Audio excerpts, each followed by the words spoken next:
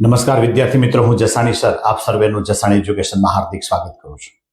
આજે આપણે standard 12 science subject physics જેમાં ચેપ્ટર 3 પ્રવાહ વિદ્યુત જેનો આજનો ટોપિક છે ટોપિક 3.3 અને 3.4 કહેતા સુવાહકોમાં વિદ્યુત પ્રવાહ અને ઓહમનો નિયમ બંને ટોપિક એકદમ અગત્યના છે થિયરી માટે, એક્ઝામ્પલ માટે અને શોર્ટ ક્વેશ્ચન માટે.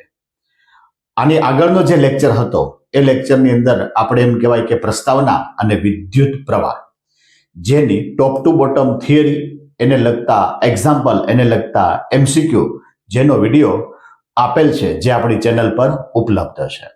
તો આજે આપણે જોઈએ ટોપિક 3.3 અને 3.4 કહેતા સુવાહકમાં વિદ્યુત પ્રવાહ અને ઓહમનો નિયમ. હવે વિદ્યુત પ્રવાહની અંદર આપણે ખાલી અહીંયા જેટલું આપો એટલું જ યાદ રાખવાનું છે કે પહેલા તો સુવાહક કોને કહેવાય? તો કે ધાતુમાં મુક્ત ઇલેક્ટ્રોન હોય તેઓ સમગ્ર પદાર્થમાં ગતિ કરે છે. હવે ખરેખર અહીંયા અસ્ત વ્યસ્ત ગતિ કરે છે, એટલે કે ધાતુ ને સુવાહક કહેવાય. તો ધાતુમાં શું હોય?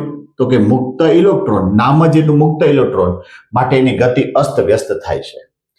હવે આ જે ધાતુ છે એમાં આપમેળે પ્રવાહ નહીં વહે. શું કામ? જેટલા ઇલેક્ટ્રોન જમણીથી ડાબી બાજુ જાય એટલા ડાબીથી જમણી બાજુ આવે =0. તો આપણે એ જોવાનું છે કે ધાતુમાં જો તમે બાહ્ય વિદ્યુત ક્ષેત્ર લગાડો તો ધાતુમાં રહેલ મુક્ત ઇલેક્ટ્રોન એક જ દિશામાં ગતિ કરે. બાહ્ય ક્ષેત્ર લગાડવાનું છે, બરાબર છે? કેટલા વોલ્ટેજ આપવાનો છે તો એક જ દિશામાં ગતિ કરે અને એમ કહેવાય કે વિદ્યુત પ્રવાહ રચે છે. ધાતુમાં એમ કહેવાય કે ઘન ધાતુ જે છે એ વિદ્યુત પ્રવાહનું નિર્માણ કરે છે. મોટે ભાગે એમ કહેવાય કે ઘન ધાતુ વિદ્યુત પ્રવાહનું નિર્માણ કરે છે. આમાંથી આપણને એમ કહેવાય કે શોર્ટ ક્વેશ્ચન પૂછે, 3 અથવા તો 4 માર્કમાં ક્વેશ્ચન પૂછે. આ છે ઓહમનો નિયમ. તો પહેલા નિયમ લખવાનો છે, પછી ગાણિતિક કેલ્ક્યુલેશન, પછી એકમ અને કોના પર આધારિત. 2 માર્કમાં એટલું. 3 માર્કમાં પૂછે તો જ એની આકૃતિ આવશે, એનો ઓબ્ઝર્વેશન ટેબલ આવે, એનો ગ્રાફ આવે અને છેલ્લે કેલ્ક્યુલેશન આવે. તમારો ફિઝિક્સના પ્રેક્ટિકલની અંદર પણ આ જ પ્રેક્ટિકલ છે અને એ પ્રેક્ટિકલ પૂછાય તો આને લગતા એમ કહેવાય કે પ્રશ્નો પણ પૂછી શકે વાયવામાં. આપણે અત્યારે થિયરી માટે જોઈએ. નિશ્ચિત ભૌતિક પરિસ્થિતિમાં, બરોબર, એકવાર પરિસ્થિતિ નક્કી કર્યા પછી એનું તાપમાનને બદલે, દબાણને બદલે આવી પરિસ્થિતિ છે એને નિશ્ચિત કહેવાય. નિશ્ચિત પરિસ્થિતિમાં રાખેલા વાહક તારમાંથી વહેતો વિદ્યુત પ્રવાહ I અને વાહક તારના બે છેડા વચ્ચે લાગુ પાડેલ વિદ્યુત સ્થિતિમાનના તફાવત V ના સમપ્રમાણમાં હોય છે. પેલા તો વાહક તાર લેવાનો, એ વાહક તારને નિશ્ચિત ભૌતિક પરિસ્થિતિમાં રાખવાનો, એ વાહક તારમાંથી વિદ્યુત પ્રવાહને વહેવડાવવાનો.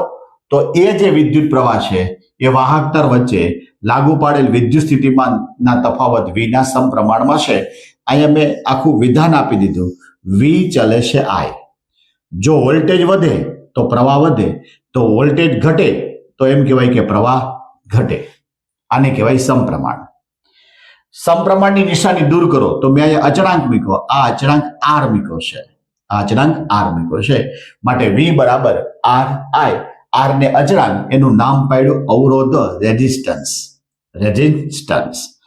અહીંયા R ને મેં કરતા બનાવ્યો તો મને સૂત્ર બન્યું R બરાબર V/I. આનો એકમ થાય ઓહમ. આ ઓહમનો સિમ્બોલ છે અને વચાય ઓહમ અથવા વોલ્ટ પર એમ્પિયર. અદિશ રાશિ છે. અવરોધ R નો જે આધાર છે એમ કહેવાય કે વાહક તારના દ્રવ્ય, વાહક તારનું મટીરિયલ શું છે? લોખંડ છે, તાંબુ છે, XYZ, જે પ્રમાણે મટીરિયલ એ પ્રમાણે અવરોધ પ્લસ માઇનસ થાય. તાપમાન વધારે હોય તો એ રીતે, ઓછું હોય તો એ રીતે. તારની લંબાઈ એટલે વધારે લંબાઈનો તાર હોય તો અવરોધ વધે. એવી જ રીતે ક્ષેત્રફળ, આડછેદનું ક્ષેત્રફળ પર આધારિત છે. એટલે 2 માર્કમાં પૂછે તો તમારે એટલું લખવું પડે. પહેલા નિયમ લખવાનો, પછી એનું ગાણિતિક કેલ્ક્યુલેશન, પછી R ને કરતા બનાવો, પછી એનો એકમ અને કોના પર આધાર રાખે છે. આ 5 પોઈન્ટ તમે લખો એટલે તમારા 2 માર્ક્સ મળે. જો જે આપણો જે ઓહમનો નિયમ હતો એ 2 માર્ક કરતા જ્યારે 4 માર્કમાં પૂછાય ત્યારે પહેલા નિયમ, પછી કેલ્ક્યુલેશન, પછી એનો એકમ આધાર, પછી એટલો વધારો કરવાનો પરિપથ. આ જે પરિપથ છે તમને પ્રેક્ટિકલમાં કામ લાગશે. પરિપથની અંદર મેં રેડિસ્ટન્સ એટલે અવરોધ, એમીટર, કળ અને બેટરી આ શ્રેણીમાં જોડ્યા છે. અહીંયા એ મીટરમાં વધારે સ્પષ્ટતા કરવી હોય તો મિલી એમીટર ની સ્પષ્ટતા કરી શકાય. આ આર ની સાથે અવરોધની સાથે વોલ્ટ મીટર સમાંતરમાં જોડ્યા છે. જે પરિપથ દોરો એમાં આ રીતે એરા જરૂરી છે કે ધનમાંથી પ્રવાહ બહાર નીકળે, આખા પરિપથની અંદર ફરી પાછો ઋણમાં દાખલ થાય. આકૃતિમાં બેટરી છે, અવરોધ છે, એમીટર છે અને કળ આ શ્રેણીમાં જોડેલ, વી એ અવરોધ સાથે સમાંતરમાં જોડેલ છે. વી એ અવરોધ સાથે સમાંતરમાં જોડેલ છે. જે આકૃતિમાં દોર્યું એ જ તમારે રચનામાં લખવાનું છે. પછી છે ઓબ્ઝર્વેશન ટેબલ, જેમાં સિરિયલ નંબર, 2 છેડા વચ્ચેનું વિદ્યુત સ્થિતિમાન, તારમાંથી પસાર થતો પ્રવાહ અને બેનો ગુણોત્તર એટલે ઓહમનો નિયમ. મેં 5 અવલોકન જોયા છે. આમાં આંકડા તમારી રીતે લખવાના, પણ છેલ્લી કોલમ અચળ આવવી જોઈએ. જે આવે તે. અહીંયા મેં વોલ્ટેજ 10 લીધા, પ્રવાહ 5 એમ્પિયર લીધો છે, તો આપણને 10/5 એટલે 2 મળ્યા. હવે આ 2 એમનેમ રહેવા જોઈએ. દાખલા તરીકે કોઈને 1.5 આવે તો એક છેક સુધી 1.5 રહેવા જોઈએ. એ રીતે આમાં આંકડા ભરવાના. પ્રેક્ટિકલની અંદર ખરેખર તમારા ઇન્સ્ટ્રુમેન્ટમાં જે રીડિંગ આવે એ આપણે આમાં લખવા પડે. ત્યારે પ્રવાહનું જે કોલમ છે એ મિલી એમ્પિયરમાં હોય એને એમ્પિયરમાં કન્વર્ટ કરવું પડે એટલે એક કોલમ વધે. અહીંયા મેં 12 લીધા તો પ્રવાહ 6 છે, આ 2 મળ્યું. અહીંયા 14 તો 7 તો પણ 2, 16 8 તો પણ 2, 18 9 તો પણ 2. આ રીતે ઓબ્ઝર્વેશન ટેબલ. પછી આપણે જોઈએ આલેખ, વી વિરુદ્ધ આઈ. બરાબર. હવે આનો આલેખ આ રીતે દોર્યો છે, હંમેશા સુરેખ છે. આ જે છે ઢાળ છે, અહીંયા આઈ આવે, એટલે અહીંયા વી આવે, અહીંયા આઈ આવે, માટે સૂત્ર બનતું હતું આર બરાબર વી અપોન આઈ. આને કહેવાય ઢાળ. આના તારણ શું મળ્યા આપણને? તો કે તારણ વી વિરુદ્ધ આઈ નો આલેખ. આ જે શબ્દ છે ને વિરુદ્ધ વચાય. વી વિરુદ્ધ આઈ નો આલેખ હંમેશા સુરેખ હોય છે. વી અને આઈ નો ગુણોત્તર હંમેશા અચળ હોય છે. જો વી વધે તો આઈ વધે, વી ઘટે તો આઈ ઘટે. હવે 4 માર્કનો જે ક્વેશ્ચન છે એમાં પહેલા નિયમ, પછી કેલ્ક્યુલેશન, પછી પરિપથ, પછી રચના, ઓબ્ઝર્વેશન ટેબલ, આલેખ, તારણ, એકમ અને એમ કહેવાય કે આધાર. એટલી વસ્તુ ફરજિયાત લખવી પડે. 2 માર્કમાં પૂછે તો આગલો જે ભાગ છે કે નિયમ, કેલ્ક્યુલેશન, એકમ અને આધાર એટલું લખવું પડે, તો આની જરૂર હોતી નથી. જો જે આને લગતા એક્ઝામ્પલ, 12 વોલ્ટની એક બેટરીનો વોલ્ટેજ 12 છે, એનું રેટિંગ એટલે વિદ્યુત પ્રવાહ 80 એમ્પિયર છે. ખ્યાલ ન આવે તો એકમ પરથી ખબર પડે. તો બેટરીનો અવરોધ કેટલો હશે? હવે આ ડેટા લખવા ફરજિયાત છે. એક્ઝામ્પલ પૂછે તો, એમસીક્યુમાં નહીં. વી બરાબર 12 વોલ્ટેજ, આઈ બરાબર 80 એમ્પિયર, તો આર કેટલો?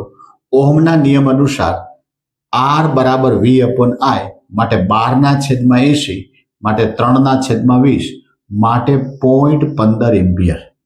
2 માર્કમાં પૂછે તો વધીને 1 મિનિટમાં એક્ઝામ્પલ ગણાય જાય. પણ એ એક્ઝામ્પલ માટે તમારે અહીંથી આ ડેટા જરૂરી છે, ઉપરની રકમની જરૂર ન હોય. આવો જ બીજો એક્ઝામ્પલ, એક વાહક તારનો અવરોધ 6 ઓહમ છે અને તેમાંથી વહેતો વિદ્યુત પ્રવાહ 2 મિલી એમ્પિયર છે. તો વાહક તારના 2 છેડા વચ્ચેનો વિદ્યુત સ્થિતિમાનનો તફાવત કેટલો હોય?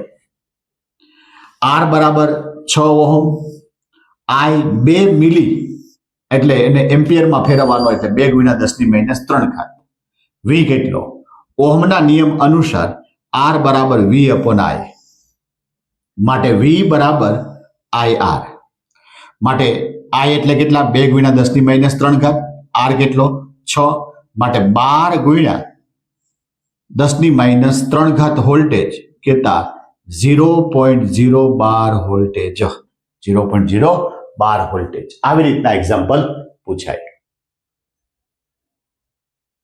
જોજી, આ લેક્ચરની અંદર આપણે એમ કહેવાય કે સુવાહકમાં વહેતો વિદ્યુત પ્રવાહ એની સાથોસાથ ઓહમનો નિયમ 2 માર્કમાં કેટલું લખવું અને 4 માર્કમાં કેટલું લખવું અને સાથે સાથે એમસીક્યુ અથવા તો એમ કહેવાય કે એક્ઝામ્પલ, આવી રીતના એક્ઝામ્પલ પૂછી શકે.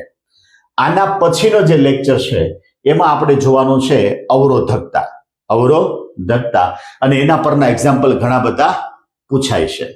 તો આ જે ટોપિક છે, આ જે લેક્ચર છે, વિડીયો, એ બીજા ઘણા બધા વિદ્યાર્થીને ફાયદાકારક બને તે માટે વધારે શેર કરજો અને અમારી જે ચેનલ છે જસાણી એજ્યુકેશન ચેનલને લાઈક અને સબસ્ક્રાઇબ કરવાનું પણ ભૂલતા નહીં.